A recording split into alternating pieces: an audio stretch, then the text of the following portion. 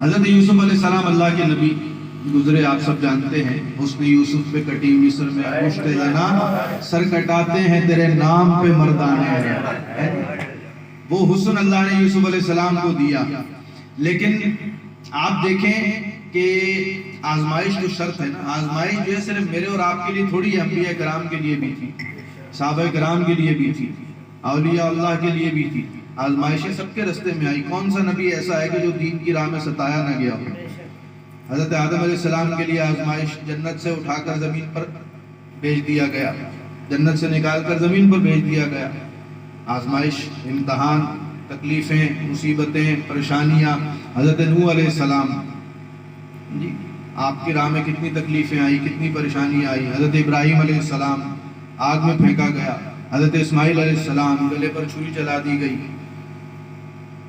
حضرت زکریا علیہ السلام سر سے لے کر پاؤں تک آرے سے چیر دیا گیا۔ حضور فرماتے ہیں کہ دین کی راہ میں جتنا میں ستایا گیا ہوں کوئی نبی نہیں ستایا گیا۔ تو آزمائشیں تو ہر نبی کے لیے تھی، ہر نبی کے لیے آزمائشیں آئی۔ حضرت یوسف علیہ السلام، حضرت موسیٰ علیہ السلام، اللہ کا ہر نبی پیدائشی نبی ہوتا ہے، ہر نبی پیدائشی نبی ہوتا ہے۔ حضرت یوسف علیہ السلام کو آپ کے بھائیوں نے کنویں میں پھینک دیا، آزمائش، پتہ نہیں کتنے دن کنویں میں رہے، بھوکے پیاسے رہے، قافلہ گزر رہا تھا، نظر پڑ گئی، پھر بھائیوں نے جو ہے وہ قافلے کے ہاتھ بیچ دیا غلام بنا کر۔ اس قافلے نے مصر کے بازار میں جا کے بولیاں لگائیں، آپ کو غلام بنا کر بیچ دیا گیا، اور پھر آپ کو جیل کی سلاخوں کے پیچھے بھی جانا پڑا، کئی سال آپ جیل کی سلاخوں کے پیچھے رہے، قید رہے، اور پھر ایک وقت وہ آیا کہ جب آپ مصر کے تخت پر بادشاہ بن کے بھی بیٹھے۔ سبحان اللہ۔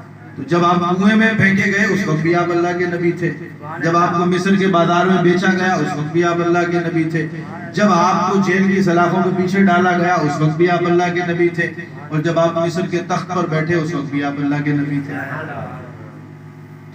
آپ دیکھیں نا کہ آزمائشیں، امتحان، کبھی کنویں میں پھینکا جا رہا ہے، کبھی بازار میں گولی لگ رہی ہے، کبھی جیل میں ڈالا جا رہا ہے۔ جب آزمائشوں پر ثابت قدم رہے تو پھر اللہ نے بادشاہت عطا فرمائی۔ ان الذین قالوا ربنا اللہ ثم استقاموا، وہ جنہوں نے کہا ہمارا رب اللہ ہے اور اس پر قائم رہے، ثم استقاموا، قائم رہے، تتنزل علیہم الملائکہ، پھر اللہ فرشتوں کے ذریعے ان کی مدد فرماتا ہے۔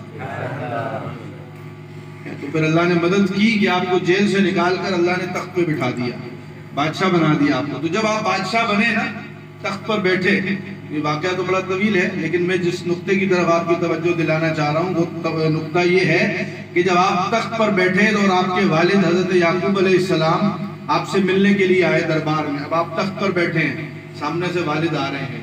ہمیں تعلیم کیا دی جاتی ہے، ادب کیا سکھاتا ہے کہ جب کوئی بڑا ہے تو اس کے احترام میں کھڑے ہو جائیں۔ سبحان اللہ۔ ہے جی، بیٹا بیٹھا ہے، باپ آئے تو بیٹے کا کام ہے اٹھ جائے، شاگرد بیٹھا ہے، استاد آئے تو اس کا کام ہے کہ اس کے احترام میں کھڑا ہو جائے، مرید بیٹھا ہے، میر صاحب آئے تو اس کا کام ہے اس کے احترام میں اٹھ جائیں، کھڑے ہو جائیں۔ حضرت یوسف علیہ السلام تخت پہ بیٹھے ہیں، سامنے سے والد تشریف لا رہے ہیں، حضرت یعقوب علیہ السلام، والد بھی ہیں اور اللہ کے نبی بھی ہیں، وہ بھی اللہ کے نبی، یہ بھی اللہ کے نبی۔ اب یہ تخت پہ بیٹھے ہیں، لیکن ماجرا کیا ہے؟ ماجرا یہ ہے کہ ایک طویل جدائی، بچپن میں بچھڑ گئے نا، باپ سے جدا ہو گئے بچپن میں ہی، بھائیوں نے کنویں میں پھینک دیا اور جا کر والد صاحب سے کہا جی کہ ہمارے بھائی کو بھیڑیا کھا گیا، اور جو ہے نا وہ بکری کا خون قمیص پہ لگا کے، کرتے پہ لگا کے جا کے باپ کو دکھایا کہ یہ دیکھو بھیڑیا کھا گیا، یہ ہمارے بھائی یوسف کی قمیض ہے، دیکھو خون خون ہے، اور اس کو جو ہے نا بھیڑیا کھا گیا۔ اب والد اتنا روئے اتنا روئے اتنا روئے بیٹے کے غم میں کہ حضرت یعقوب علیہ السلام کے روتے روتے آپ کی آنکھوں کی بینائی چلی گئی،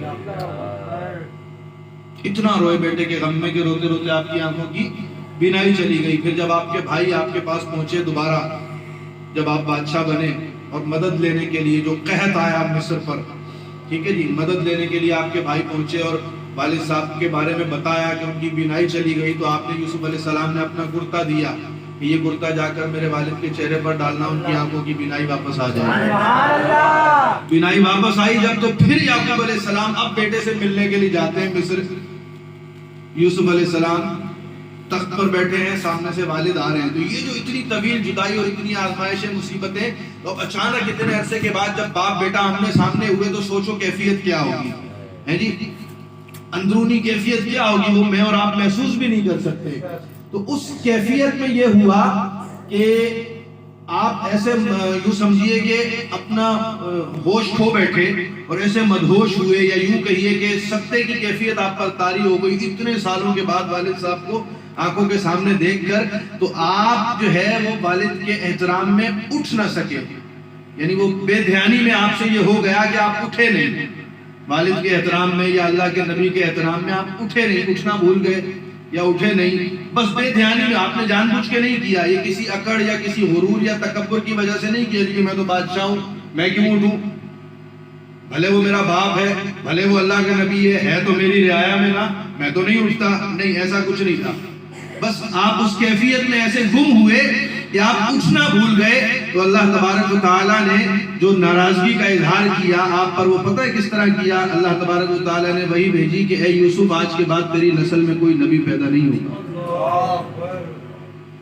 آج کے بعد ہماری نسل میں کوئی نبی پیدا نہیں ہوگا. کیوں؟ کہ تم نے نبی کا احترام نہیں کیا, اس کے لیے تعظیم کے لیے کھڑے نہیں ہوئے, جبکہ جان بوجھ کے نہیں کیا تھا آپ نے ایسا, بس ہو گیا. ٹھیک ہے جی, تو یہ تو جان بوجھ کے نہیں کیا, بس ہو گیا. تو اللہ تبارک و تعالیٰ نے اس طرح ناراضگی کا اظہار کیا کہ جنہوں نے جان بوجھ کر حضور کی عزت و ناموس پر حملہ کیا, جنہوں نے جان بوجھ کر ختم نبوت کے قانون میں ترمیم کی, جنہوں نے جان بوجھ کر ممتاز قادری کو پھانسی پر لٹکایا, جنہوں نے جان بوجھ کر آسیہ ملعونہ کو رہا کیا, ان پر اللہ کیسا ناراض ہوا ہوگا, اور ان کی تباہی اور بربادی تو دنیا دیکھے گی. اور یہاں تو تخت پر جو بیٹھا ہے وہ بھی اللہ کا نبی ہے, جو سامنے سے آ رہا ہے وہ بھی اللہ کا نبی ہے. ایک نبی نے دوسرے نبی کی توہین نہیں, احترام نہیں کیا, جبکہ جان بوجھ کے ایسا نہیں ہوا, بس بے دھیانی میں ہو گیا وہ. میں غلطی کا لفظ یہاں استعمال نہیں کروں گا, اللہ کا نبی غلطی سے پاک ہوتا ہے, ٹھیک ہے, بس وہ بے دھیانی میں ہو گیا. وہ کیفیت ایسی تھی کہ آپ نہ اٹھ سکے. تو اللہ تبارک و تعالیٰ نے کہا کہ تمہاری نسل میں کوئی اب نبی پیدا نہیں کروں گا. میں ناراضگی کا اظہار کیا نا رب نے اس طرح, جب نبی کی تعظیم نہ کر سکا تو اللہ نے اتنی ناراضگی کا اظہار کیا. تو جب ایک بدبخت امتی جو ہے وہ نبی کی شان میں جان بوجھ کر گستاخی کرے گا تو پھر اللہ کتنا ناراض ہوگا. تو آپ سوچیں گے ان لوگوں کا انجام کیا ہوگا, ان لوگوں کا انجام کیا ہوگا. اور پھر جن لوگوں نے جانتے بوجھتے ہوئے ان کو سپورٹ کیا, پھر ان کا انجام کیا ہوگا. اور اب آ جائیں